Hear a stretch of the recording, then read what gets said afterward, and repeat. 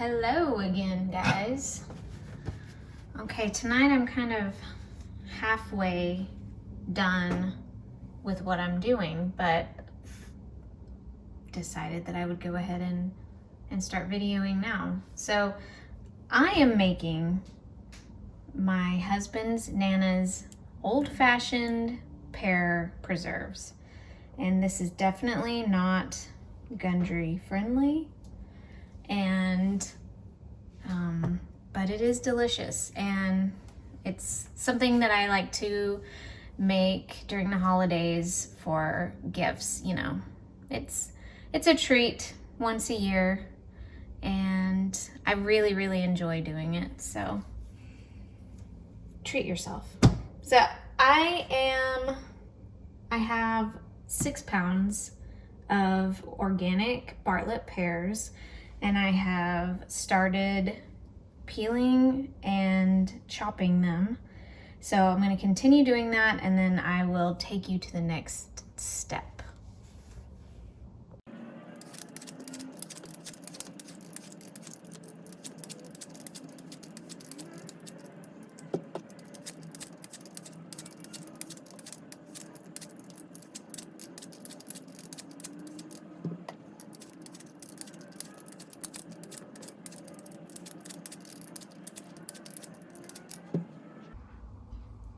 Before I started filming, I had already peeled and cut 2 pounds of pears, and this is what that looks like. If you've ever done pear or any type of preserve, you know that you need so much more of the fruit you're using, because once you start cooking it down, it just cooks down so much. So I always forget how much exactly I should be buying as far as how many pounds of pears I should be buying. This is very much a recipe that Nana she didn't have it written down, she just did it, so all she tells us whenever I ask her over and over again, because I never write it down, and I'm going to do that this time, but I always ask how many pears, how much sugar, and she just gives me a very vague answer. Today she said 1 pot of pears, and you'll likely use 5 cups of sugar. So I'm just going to I'm going to finish cutting these pears. I'm going to see how much we have. I think I'm going to have maybe enough to fill this whole pot. Maybe not quite the whole thing, but we'll see.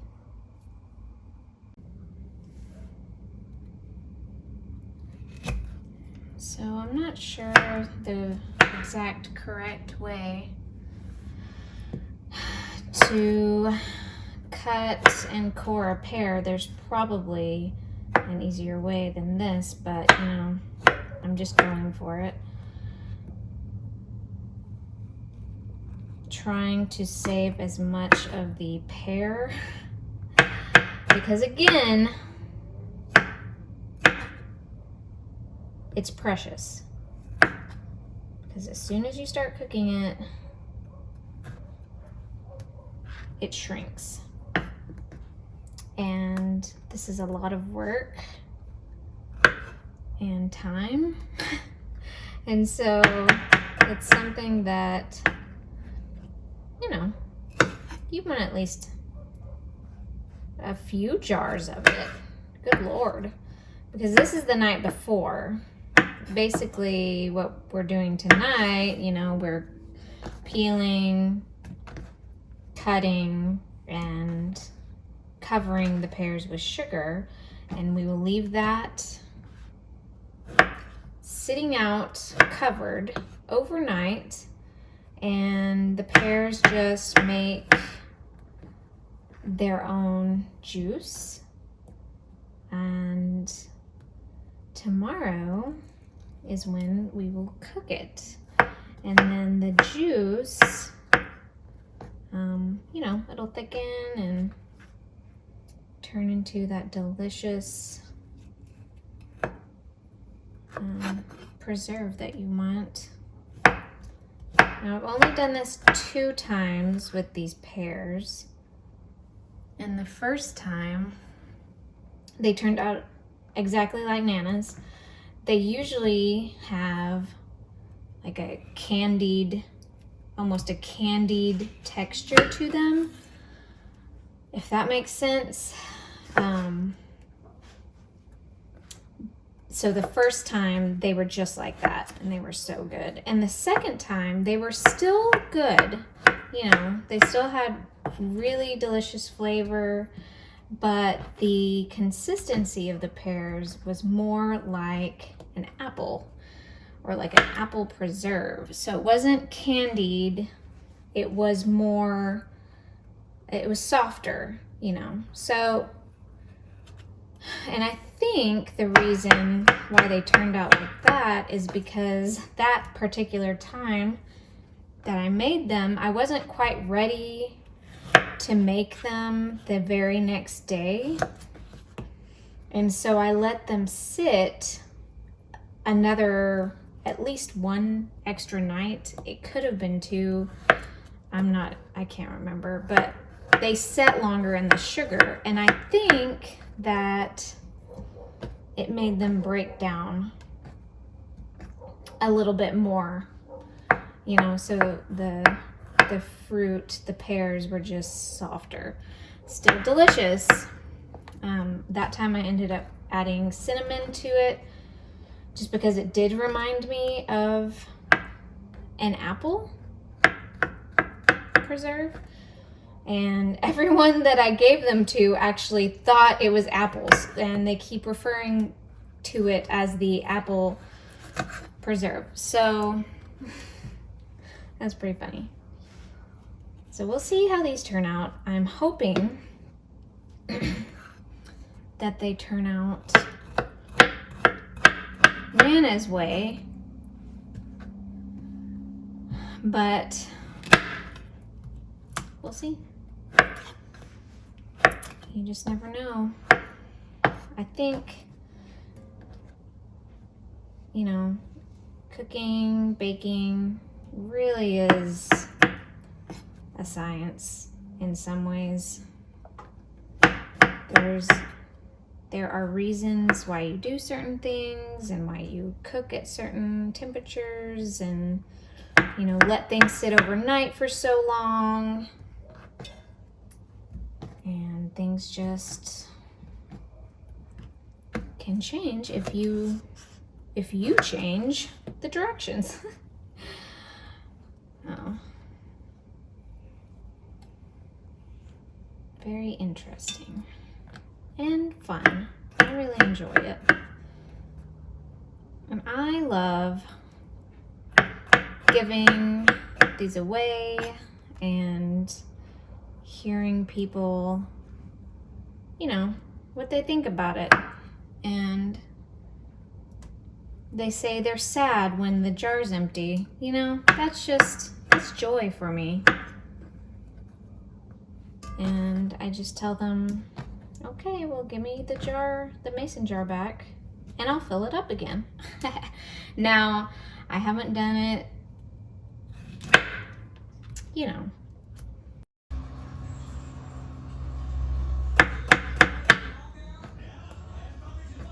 I feel like I should have bought more pears. That's all? Damn. I know, I need to write it down next time. I might do some more tomorrow or something. I guess I could do it later. I still have time for Christmas. Tomorrow I want to make strawberry and cherry. Oh, damn, I was gonna do plum too. Can you make watermelon? I can see if there's a recipe. Why not? I doubt it. I could look up what to do with too much watermelon. Okay, here are the pears. This is what they look like. It's just from sitting overnight in the sugar. You can see all of the the juice that's there. It's pretty crazy. I've already put them on the stovetop just to get them going. I'm gonna cook them medium to low heat and just kind of watch them, stir them. And they're gonna be on here for a while.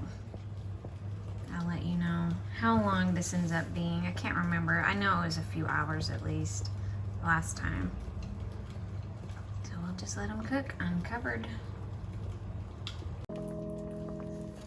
All right, so the pears have been cooking about an hour and a half now. Ooh, and they're kind of, gotta turn that down. Lord. Okay, so I think that's a little too much, so we're gonna turn that heat down. But as you can see, they're cooking down. There's still a good amount of liquid. It's not very syrupy yet. We're just gonna keep going.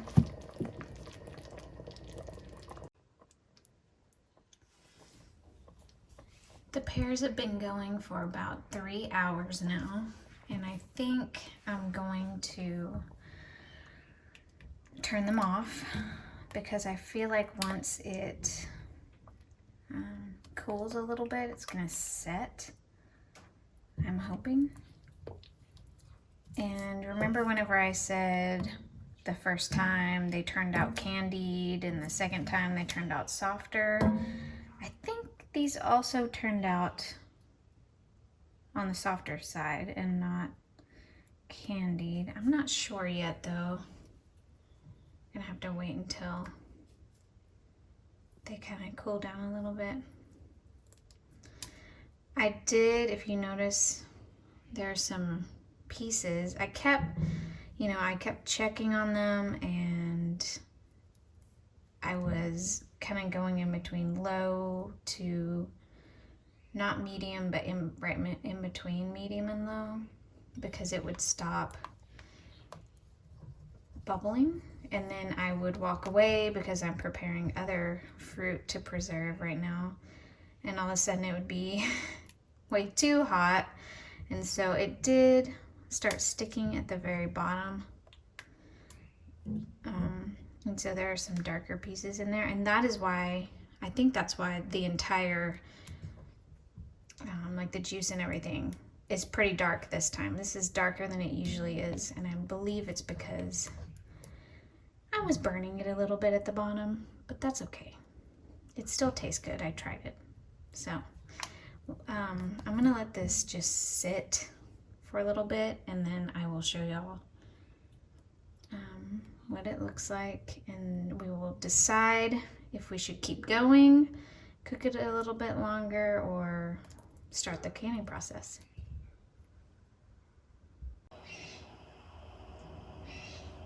We are about to start the canning process, and I realized that I hadn't gone over any of the items or prep work that goes into canning. So first of all, you need, I'm just using a water bath canner. You can use a pressurized canner, but it's not needed if you're just doing things like jams, preserves. So I just have this water bath. I have it going already because I need to sterilize the jars. So it typically comes with this little basket that you just drop in there after you put the jars in, and it's nice, but it takes forever to boil the water. So this is something to think about. And I wish I would have thought about it. Starting to boil the water to sterilize the jars before or while you're cutting, prepping the fruit and all that, is a smarter use of your time. So food for thought. You also want to go ahead and wash with soap and warm water all of your jars and all of your utensils that you're using. This is a really nifty funnel that makes it super easy to fill the jars. And then over here I have this little guy that picks up the jars out of the hot water or puts them back in. Very useful. I didn't have these the first time, and it was really dangerous and difficult. This little guy has a little magnet at the end, and you're supposed to boil your lids and just keep them hot in simmering water, and so it makes it easy to just bloop, pick them up out of the hot water, and then just set it right on top of the jar. And then depending on what you're canning, you need to have a certain amount left in between the food that you're canning and the lid. And so this, I will show you how it works once we're canning, but it kind of tells you, it has measurements on it, if you're putting the right amount of preserves or whatever you're canning in the jar. So I have pears going, or actually they're done. And so I'm just waiting for this water to boil, and I will sterilize the jars and then be right back with y'all to show y'all the next step. We are officially sterilizing. It's not in a rolling boil, but I forgot. You're supposed to put the jars in there before the water's boiling, duh, because they're glass and they could break. So it's getting there, but we need the water to be at a rolling boil, and once it gets to a rolling boil, 10 minutes. So it'll probably be, I don't know, maybe 20 more minutes, hopefully, for the whole rest of the sterilization process. All right, our cans have been going at a rolling boil for 10 minutes. So we are ready to take them out. So we're gonna lift this basket up to make it easier. And we're gonna take our tool and very carefully,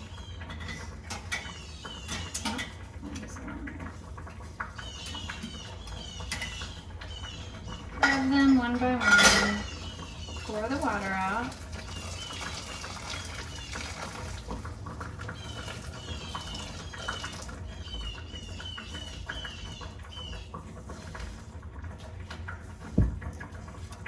There we go.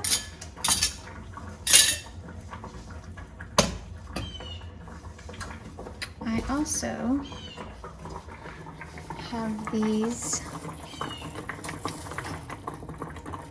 sterilizing. I'm going to turn it down just so it's hanging out. So I believe the best way to do this is to do one at a time, so that everything stays more sterile. So we're going to take our clean funnel,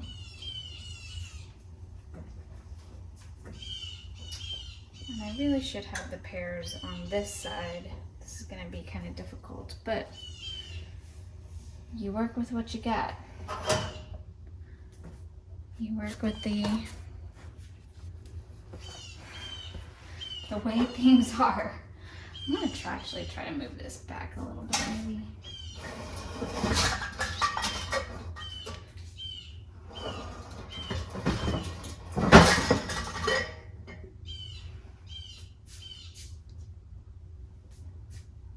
Maybe not. Maybe we'll just move the pears forward.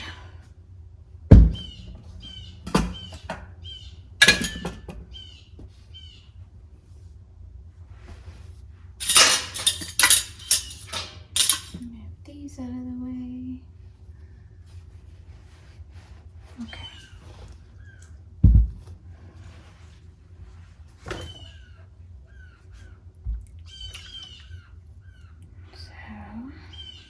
gonna start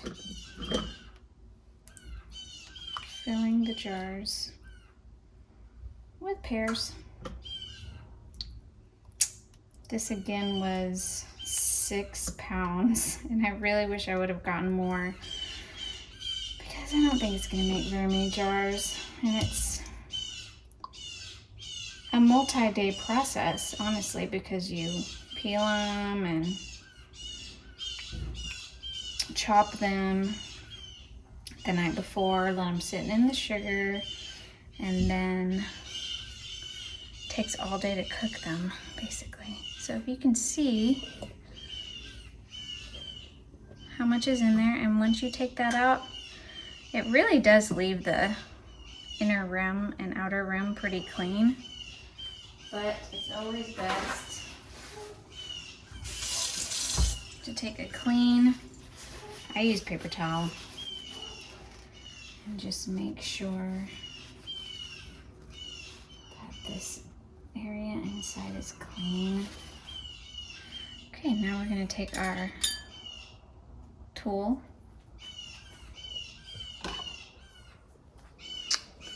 grab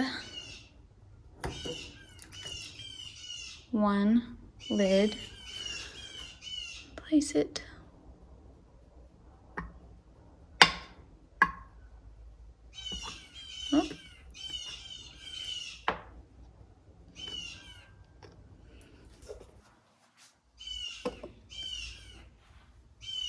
and screw this on.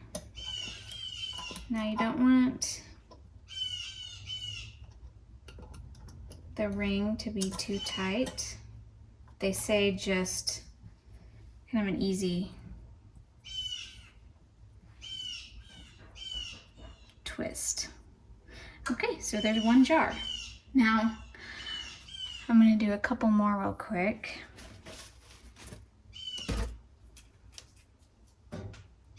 I'll do a small one.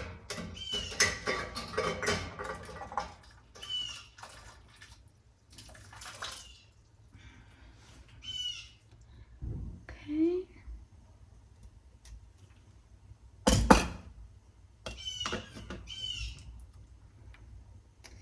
This little canning kit that I bought, the first time I didn't have it, and you know, you can make do without it, but it really does make it so much easier to do simple things. The funnel keeps the inside of the jar where you're not wanting it to, you know, fill up too much. Keeps it clean, it's nice. So, okay.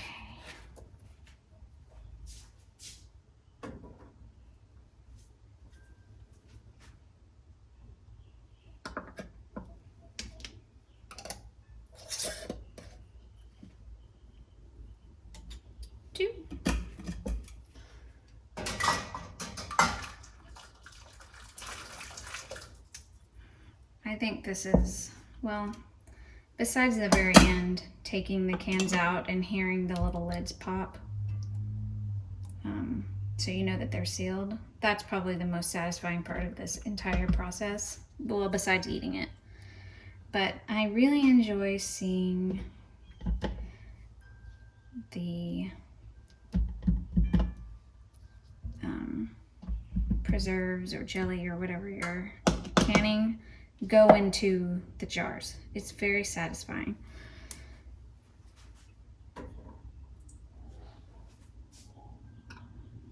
It's happy.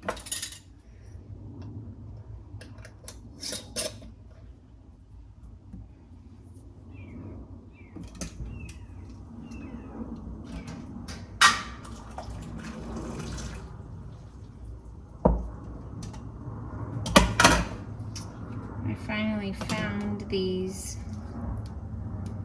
small jelly jars. Forever you couldn't hardly find any canning jars. There was a shortage last year. And so now I'm starting to see them in the stores again, and I'm stocking up.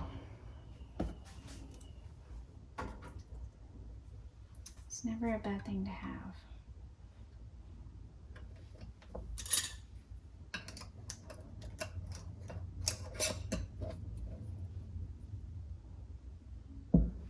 All right, we have our jars filled. As you can see, we got 2 larger size. I'm not sure if those are 8 ounces. No, there's got to be more. Well, these are 5 ounces. I'm not sure. Maybe 10. Sounded like one of those already popped. Okay, so after you have loosely tightened the lids, we're gonna easily drop them in here. And one thing I've learned is try to evenly distribute the weight when you're putting the jars in there, because these things are not very stable. It's kind of dangerous with this really hot water. So be careful.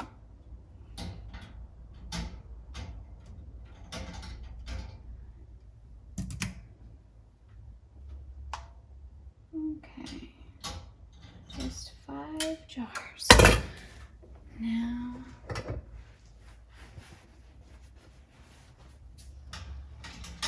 set them in there.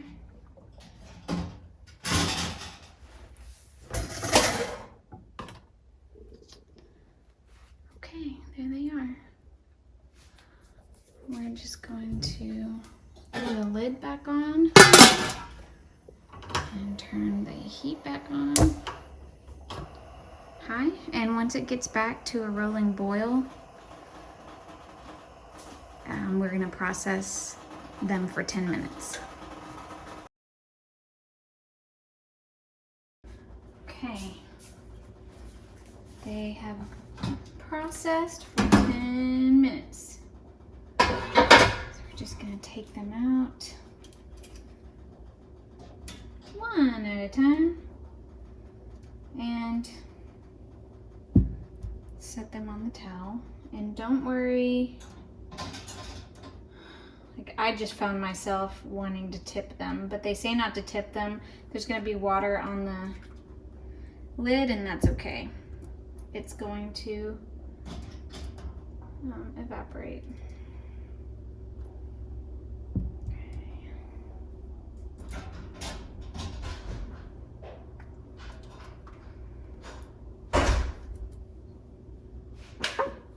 Oh, did y'all hear that? One just popped. It's so satisfying. Let's see if one more will.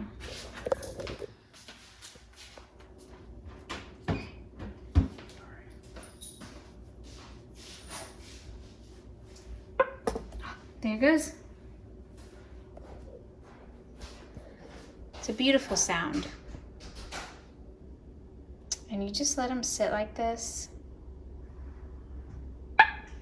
Oh, there we go. Overnight.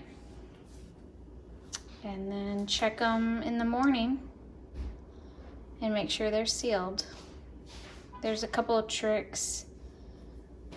It's in the way that when you tap on the lid, there's a certain sound that it makes, but usually you can tell. And especially if you're hearing them pop, it's a pretty good sign that they are sealing.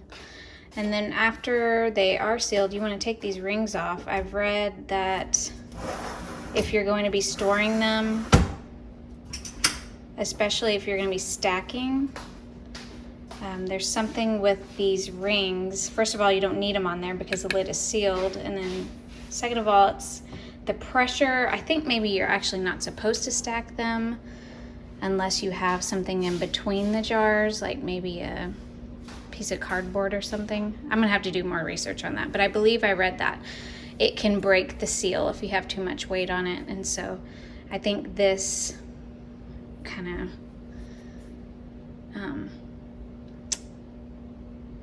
can help that happen, which you don't want that to happen. So, all right, well, I will show you all in the morning